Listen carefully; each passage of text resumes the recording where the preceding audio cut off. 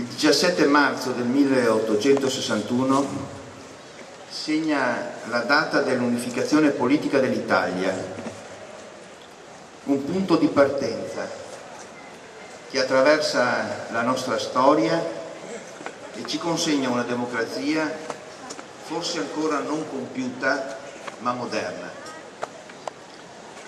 Non è questa una celebrazione della storia del nostro Paese, ma dell'unificazione del nostro Paese. Per questo, forse, la giornata di oggi è diventata per molti l'occasione per approfondire temi nazionali, per confermare il valore di tante storie comuni, per superare frammentazioni e dimostrazioni che spesso sono inutili, davvero poco interessanti e che speriamo di veder superate. Pensare al nostro essere Italia è un po' pensare alla nostra vita, perché l'essere umano è anche o soprattutto un animale sociale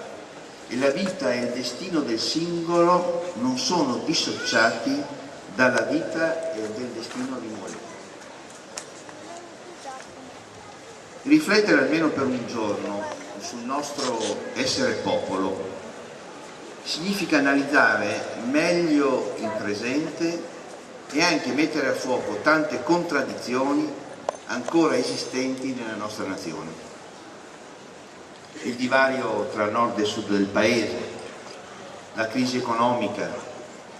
il divario generazionale e la difficile condizione giovanile, il problema energetico e della tutela ambientale, le nuove cittadinanze e la necessità del divario tra Costituzione formale e materiale, la necessità di realizzare riforme di sistema veramente condivise, le opportunità e le conseguenze di un mondo globalizzato sono solo alcuni dei problemi e delle contraddizioni esistenti tra modernità e valori irrinunciabili della democrazia,